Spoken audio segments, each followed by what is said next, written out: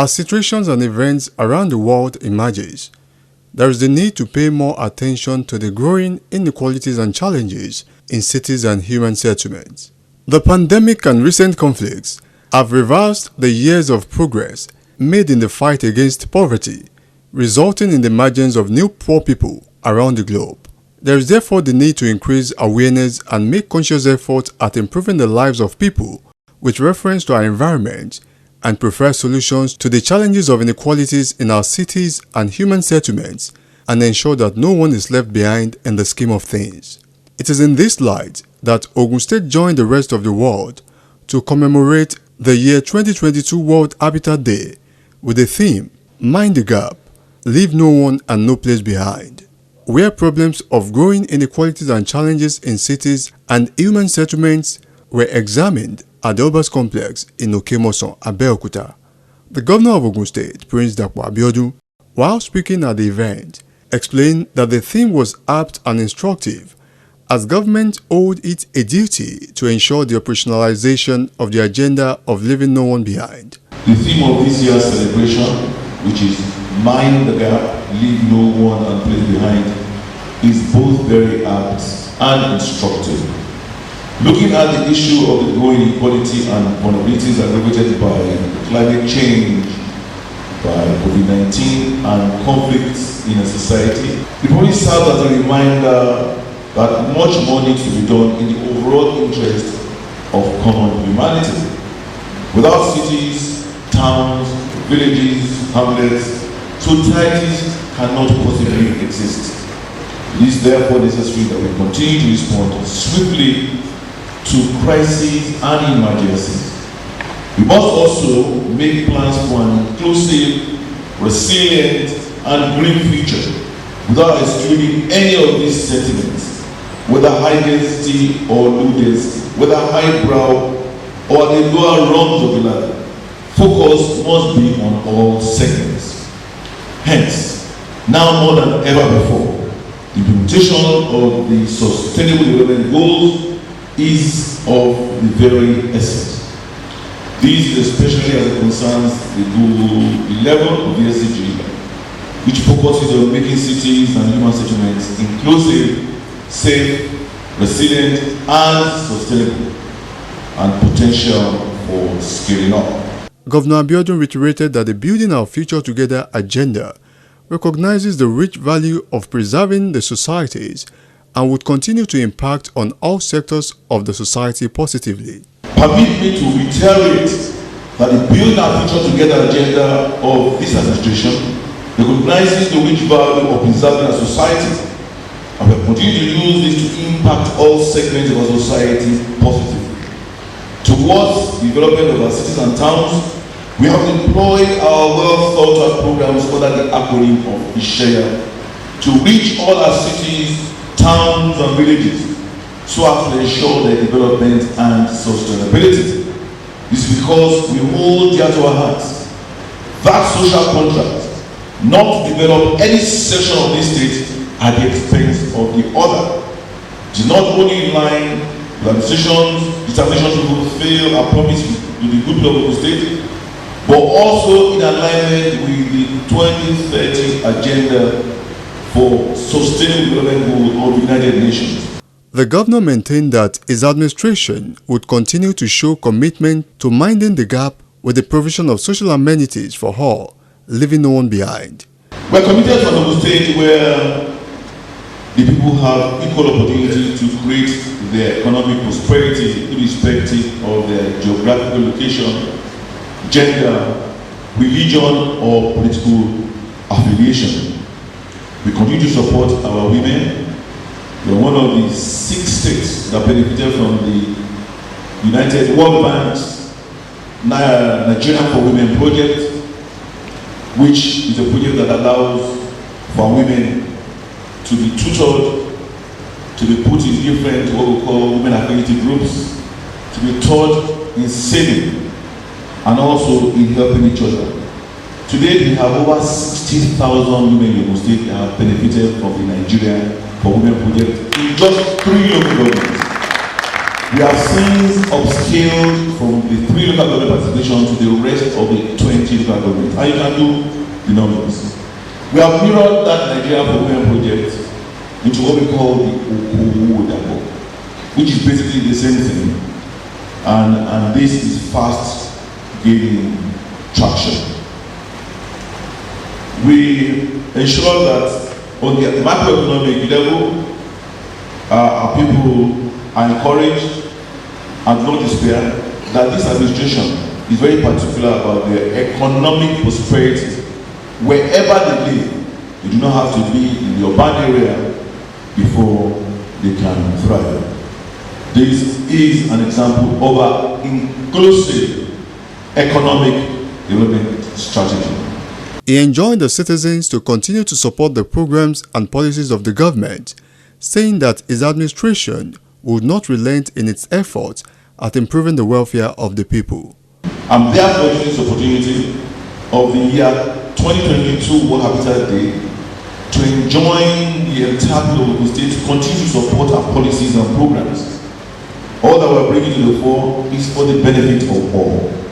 We will not relent in our zeal and determination to improve the welfare and well-being of our dear people of Ogun State.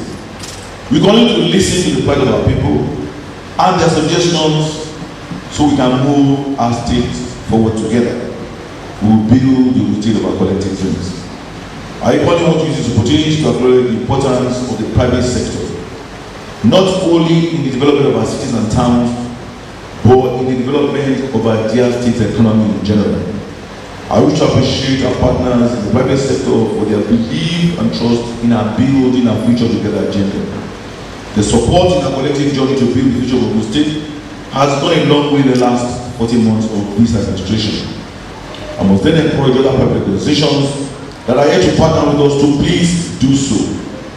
I can assure you that you will find us ready, willing, and worthy partners. Let me reassure the people that our administration will continue to work as seriously to close the gap of inequality and discrimination in our society. The United Nations Executive Director, UN Habitat, Ms. Maynuna Moad Sharif, while delivering the World Habitat Day virtual message, said the 2022 World Habitat Day provides an avenue to raise awareness on the need to bridge the gap on inequalities in our societies. It is a great opportunity to raise awareness about innovation that inspire all of us to push for immediate action. Transformative change starts with the individual, with us as a community, and with cities to scale things up. Local action is the best way to accelerate the implementation of the Sustainable Development Goals. There is not much time left until 2030. We need to act now and make our cities truly inclusive places so that no one and no place is left behind. The Commissioner, Ministry of Fiscal Planning and Urban Development, Town Planner Tunji Odunlami, said the Prince Dapo Abiodun-led administration is a people-centered government dedicated to improving the social and economic lives of the people and elevating the quality of its environment. There is no better assurance in the world that we are a people-centered and serious government dedicated to improving the social and economic lives of its citizens and elevating the quality of its environment. This is clearly demonstrated in the actions that this government has and is still taking to leave no one and no place behind in our deliberate and focused developmental policies, programs, and projects. Different dignitaries conveyed their goodwill messages at the event. As SDG champion for the state, I have been at the forefront of a lot of advocacy in promoting socially and environmentally sustainable activities in Ogun, in our community. Issues like air and water pollution have a direct effect on the health and well-being of our people. Our advocacy has worked to address some of these issues. Even while we are trying to empower the people, we also work with True Ajoshe Foundation. For instance, when we started working with Adiri Association across Abeokuta, we visited a number of their production centers and discovered that a lot of their raw materials contaminate the soil and drainage in the area. Our first study is working with some of them to come out with some sustainable ways to process dyes and dispose of byproducts. Celebrating World Habitat Day like every other country and state, Ogun State is fortunate and lucky to have among us the peaceful of today. Kudos to our peace-loving governor that made Ogun State a peace state habitable for both poor, rich, the old, the young, and even the animals in Ogun to enjoy the habitable environment.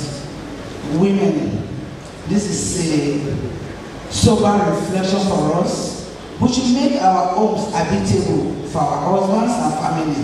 When there is peace at home, there will be peace in our environment and our state. The history of Ogun State, this will be the first time persons with disability will be joining the Ministry of Urban and Physical Planning to celebrate a day like this. This quite underscores the need that the Ministry of Physical Planning and Urban Development is really an inclusive ministry.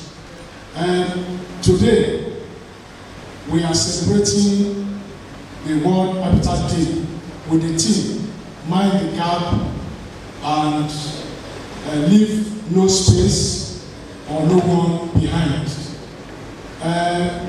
Events that have characterized the administration of our government in Ogun State for the past 3.5 years reveals a lot of inclusivity in its program towards persons with disabilities. Our only habitat in Ogun State at Okelewo, where we have a recreational center. We want to use this opportunity to thank the government for replacing the roof, and we are indeed grateful to that. The president of Women Arise for Change initiative, Dr. Joe Oke Odumaki, also lent a voice on the need to combat poverty and inequalities in order to leave no one and place behind. In marking the World Habitat Day, talking about poverty and equality is a global thing, but it measures differently from zone to zone and from state to state. Again, I'm uncomfortable to see that one of the 6 largest oil producers remains the world poverty capital. Here, what I like doing is mainstreaming of women budgets, and this is the key driver in leaving no one behind and also achieving the sustainable development goals of Vision 2030. Poverty, about 83 million of our population is grossly impoverished. But one of the projects that the Gateway States is putting in place is the agro-cargo airports. Through these airports, there will be more employment, the state will attract investors, and it's going to go a long way in leaving no one behind. The guest lecturer, a specialist in urban management and governance from the University of Lagos, Professor Taibat Lawansin, who delivered a lecture on the topic, addressing the challenges of growing inequalities in urban and human settlements, said there is need to pay attention to places and people in order to mend the gap. We are in an urban age. Nigeria achieved the urban majority in 2017. And so today as a nation, we have over 50% of our people living in urban areas. People are moving to cities. People are, the population of our urban areas are growing. And more importantly, they are growing in the small cities, in the secondary cities, cities of 100,000 and above population. And while cities are centers of economic growth and development, they also face challenges that are indeed, brought about by the huge agglomeration of people. In the last 5 to 10 years, these challenges have been exacerbated by 3 things: climate change, conflict, and more recently by COVID-19. It's also important to note that cities and local governments play a crucial role in determining the future of our nation, in actually determining the future of humanity, especially now that we are committed to an inclusive, resilient, and green future. What that tells me is that if we're minding the gap and if we're leaving no one behind, we have to pay attention to cities and human settlements. Professor Lawrenson explained the reasons why people and places are left behind and the places that are left behind. Operationalizing Leave No One Behind is anchored on 3 things: identifying who is left behind, why they are left behind, identifying and strategizing on how to ensure that the reasons why people or places are being left behind are addressed, and then ensuring that we are monitoring and measuring progress and ensuring accountability for all. So why are people left behind? Discrimination. There are certain questions we must ask ourselves as we go about our daily activities. What biases, exclusion, mistreatment do people face based on their identity, their gender, their ethnicity, their age, their disability, their difference? Geography. Who endures isolation, vulnerability, inferior public services, infrastructure gaps due to where they live or where they come from? Governance. Where do people face disadvantages due to ineffective, unjust, unaccountable, or unresponsive public institutions? Who is affected by inequitable, inadequate, or unjust policies, processes, or budgets? Who is unable to participate meaningfully in the decisions that impact them? Socioeconomic status. Who faces disadvantages in terms of income, life expectancy, educational attainments? Who has less chances to access social services and social protection? And then shocks and fragility. Who is more exposed to or vulnerable to setbacks due to climate change, violence, conflict, displacement, economic downturns, or what have you? She further dwelled on the consequences of leaving places behind and ways of addressing the issues of exclusion. People get left behind when they lack choices and opportunities to participate and benefit from development. They have been identified, children, the youth, women, but more especially we have to think about, at this turn in our lives, we have to think about issues of migration, the internally displaced. The reality is that conflict in one part of the country is resulting in increased migration to another part of the country, and it's resulting in increased pressure on infrastructure and opportunities in another part of the country. And while displaced people are Nigerians, there's a gap between our ability to provide for the poor amongst us and also for the displaced who make up the majority of our homeless populations, who make up the majority of those on the margins in our cities, and who make up the majority of those who, we will say, portend a security risk to places that are seemingly safe. Places that are left behind are places where public, economic, and physical development plans neglect, particularly their contextualized needs and comparative advantages. In the context of Nigeria, places that are left behind are the informal communities, our slums and squatter settlements. In Nigeria, our rural areas, our peri-urban areas, our small towns are left behind. Our secondary cities are left behind. Across practically the entire country, only the capital cities have the vestiges of what infrastructure ought to be across anywhere human beings live. Thereafter, a panel of discussants was moderated by Mrs. Kike Lomolunge, the Commissioner for Industry, Trade and Investment, where discussants spoke on topical issues germane to leaving no one behind in different aspects of human endeavors. The major goal of the Sustainable Development Goals is environmental sustainability. And the key indicator to measure it is the percentage of area under protection. The modern conservation areas are designed to meet the three dimensions of sustainable development.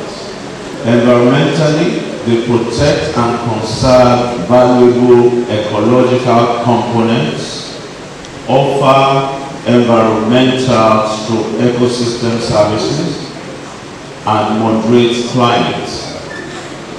The survival and well-being of human beings are highly determined by the environmental services of these conservation areas.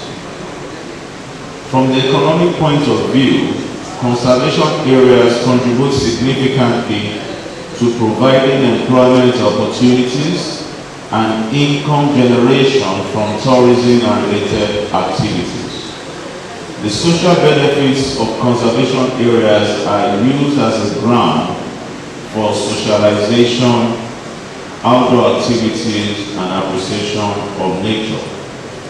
In the spirit of closing the gap and leaving no one behind, we have made efforts to improve access to care at the primary health level by introducing tricycle ambulances, because on reviewing our statistics and data, we realize that 70% of women that die actually die because they have no transportation between their home and the primary health, or from the primary health to the secondary facility. In addition, within the urban area, we haven't overlooked the urban area, we've actually increased the fleet of ambulances from 5 to 26. This has ensured that we have a 24-hour ambulance cover in every senatorial district, be it not every local government for now, but it's work in progress. For us, we have everything that will have made us a state within a state. And if we choose to be a nation within a nation, we could also be in terms of population. Our towns and cities, which have always been the focus of World Habitat Day, have also progressed rapidly. Today the saying is that we have about 32 towns, major towns and cities in the state. In 1951, there were 29 cities and towns in Nigeria. So as at today, we have even outgrown the number of towns and cities that were in existence in the 50s in Nigeria. In all of this, the United Nations have also perpetually, in the last 40 years, since the 70s, drawn attention to 5 key groups of people. The first are children. With the whole Convention on the Rights of the Child starting as as far back as the 70s. The second group are women. The world has been drawing attention to the plight of women. The third group are people with disabilities, PWDs. The fourth one are the youth, and of course, the fifth group are the older persons. Bridging the gap of inequalities in the society must be taken serious if no one and places is to be left behind. Apparently, Ogun State, under the leadership of Prince Dr. Abeokuta, has keyed into the Sustainable Development Goals, and this is exemplified in the Ishaya Mantra and other policies being formulated. With time, no one and place will be left behind in Ogun. Ìgbéga ìpínlẹ̀ Ògùn, àjọṣe wa ni.